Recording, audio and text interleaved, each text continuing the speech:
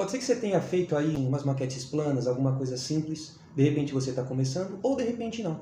Mas a gente tem muito costume de ficar em maquetes planas por muito tempo, porque é algo que depois que a gente domina, parece simples de construir e já dá um resultado muito legal. No entanto, de repente você quer fazer agora algo novo, e talvez você queira criar algo diferente nas suas maquetes planas. E aí tem pelo menos dois elementos que eu acho que são muito interessantes, e muita gente vai concordar comigo. O primeiro deles, uma ponte. E dá para fazer uma pontezinha no canto, mas isso é conversa para outro momento. Ou você tenta fazer um túnel, o que é muito legal. E se você tomar um certo cuidado, vai ficar muito bom desde a primeira vez que você fizer. Eu que tentei algumas vezes, tenho pelo menos duas observações para fazer. São os dois pontos-chave deste vídeo. O primeiro deles é o seguinte: a gente precisa justificar o nosso túnel. O que quer dizer isso? Como você já imagina, não tem muito sentido a gente pegar um cantinho e simplesmente colocar um morrinho para poder fazer o trem passar pelo meio. Isso não tem tanto sentido porque não parece natural. E não parece, como eu disse, justificado. A gente precisa pensar que um túnel é uma estrutura que representa o ser humano domando a natureza. O ser humano transpondo barreiras. Essa barreira não pode ser uma coisa qualquer, uma coisinha boba, porque pode ser mais fácil você fazer a ferrovia passar em volta do morro do que cortar. Hoje em dia a gente usa tatuzões e máquinas assim, mas a gente sabe que talvez, vamos pensar na virada para o século XX, que tipo de equipamento os caras tinham para fazer isso? Talvez fosse na base da picareta, não sei, ou algumas máquinas mais simples, mas é um custo para qualquer ferrovia, sempre fazer isso. Então como é que a gente faz? Bom, eu preciso fazer com que pareça, na minha miniatura, que aquilo foi uma barreira transposta.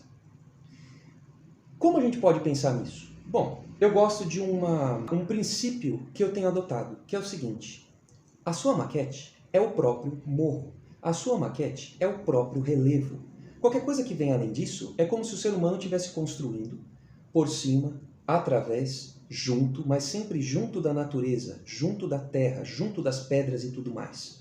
Então, a gente tem que pensar talvez não numa estrutura que está num cantinho, mas pensar muito mais em algo que flui e que é a própria essência do nosso projeto, por assim dizer. Como que eu resolvi esse problema? Então a gente está falando do primeiro ponto. O primeiro ponto é justificar. O segundo ponto que eu ainda quero falar hoje é como a gente faz isso. Quer dizer, alguma técnica para a gente logo conseguir fazer um túnel de um jeito simples, um relevo de um jeito simples, e que seja bacana e que pareça real. Bom, primeiro, para justificar, o que eu adotei como estratégia foi pensar numa grande estrutura que é uma diagonal da maquete. Então aqui eu tenho um cantinho por onde o trem pode passar, eu coloquei dois portais de túnel, e eles, bom, é o que se espera fazer, não é? Ou você pode fazer o seu portal de túnel você mesmo, com madeira, alguma coisa assim, ou comprado, como eu usei da Fratesc, e aí a gente pode, em torno dele, pensar num relevo. Esse relevo é a grande parte da maquete. E uma coisa que a gente tem que aceitar é que talvez não dê para colocar mais muitas coisas num projeto pequeno. Se você tem esse relevo grandão e essa coisa que tem que ser transposta, essa montanha e tal, talvez você não consiga colocar tantas construções, ou tantas ruas, ou não consiga fazer talvez uma cidade grande. Mas para um tema de interior fica muito bacana. E aí? Bom, a partir daí eu pensei nessa diagonal, que é a grande parte da maquete, e aí eu pensei num nível que vai descendo, vamos dizer assim, numa inclinação cada vez menor e que vai, no final das contas, coincidir com o próprio tablado. Com isso, não vai parecer que você só colocou num cantinho alguma estrutura para parecer, para justificar que tinha um túnel. Não. Aquilo realmente parece natural. Aquilo realmente faz parte do que existia e a gente teve que, digamos, furar para fazer o trem passar. Bom,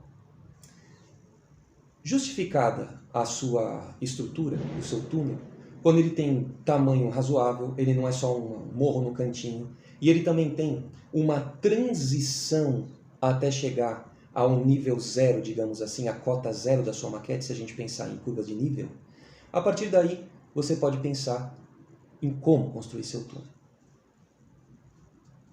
Existe uma porção de técnicas. Com certeza, se você olhar por aí na internet ou na literatura sobre maquetaria, você vai encontrar um monte de coisa possível. Mas a técnica que eu mais gosto hoje, porque eu acho que é rápida, ela faz um relevo resistente e ainda por cima simples de se fazer, não exige grandes técnicas, é o uso de dois materiais que eu acho que salvam o maquetista quando ele está trabalhando muito com ferromodelismo. Primeiro, tela mosquiteira. Por que tela mosquiteira? É ela que vai dar o formato e ela tem sustentação razoável para você começar a trabalhar. Segundo, atadura gessada.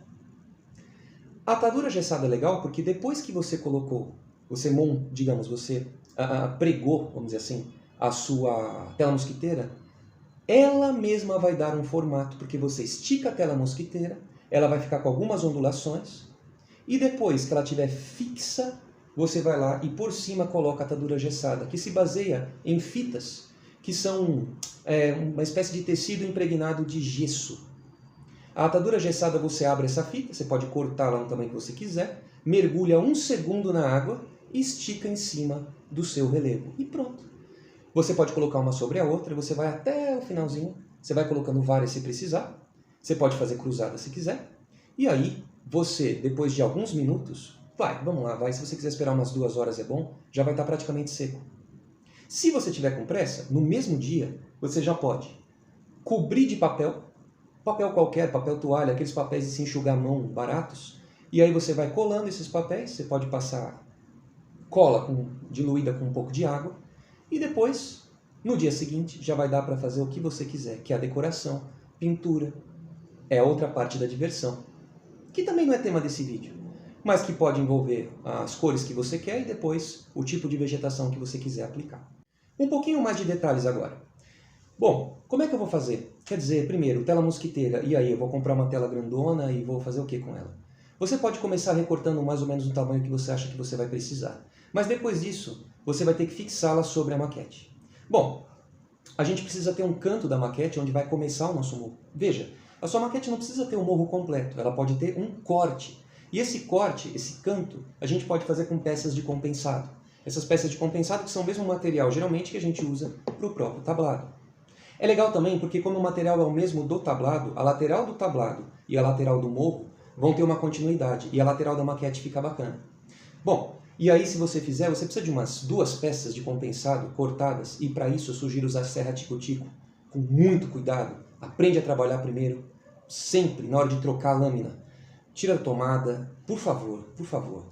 E aí fazendo isso, você prega bonitinho, você pode colar e pregar no canto do seu tablado, da sua maquete, e a partir dali você vai ter a caída. Como a gente está trabalhando praticamente só com madeira, uma maneira legal de você prender a tela mosquiteira, que vai ser a primeira parte do seu projeto, vai ser o quê? Ou do seu morro, vai ser o quê? Eu sugiro usar um grampeador. O grampeador é legal porque, embora ele seja um pequeno investimento, você pode usar em um monte de coisa na sua casa, tudo que envolve madeira. Claro que você não vai construir seu telhado baseado em grampeador, mas mesmo assim ele serve para um montão de coisas, especialmente miniaturas e projetos com maquetes. Você grampeia todas as pontinhas, todos os cantinhos em volta para você poder ter essa tela mosquiteira fixa na posição que você quiser. Se você acha que a tela mosquiteira sozinha não vai sustentar depois a sua atadura gessada, que você vai colocar por cima, você pode também colocar alguns apoios de papelão ou de madeira no meio do caminho, só para que ela vá assumindo a posição do morro que você quiser. Mais ou menos como aparece onde eu mostrei nas fotos aí. Bom, e aí? Depois disso, fixa com o grampeador, que novamente eu sugiro que você tenha, acho muito bacana ter isso em casa. Depois, você já pode direto partir para a atadura gessada, que como eu disse, é só mergulhar e esticar. Bom, às vezes acontece na verdade, eu recomendo muito que você não pare por aí, e por isso eu dei a sugestão do papel sobre a atadura gessada, porque a atadura gessada ela não é um tecido tão fino, ela tem tramas um pouco grosseiras. Então vai dar uma textura para o seu relevo, para o seu solo, que talvez você não curta tanto. É por isso que é legal, depois da atadura, colocar papel.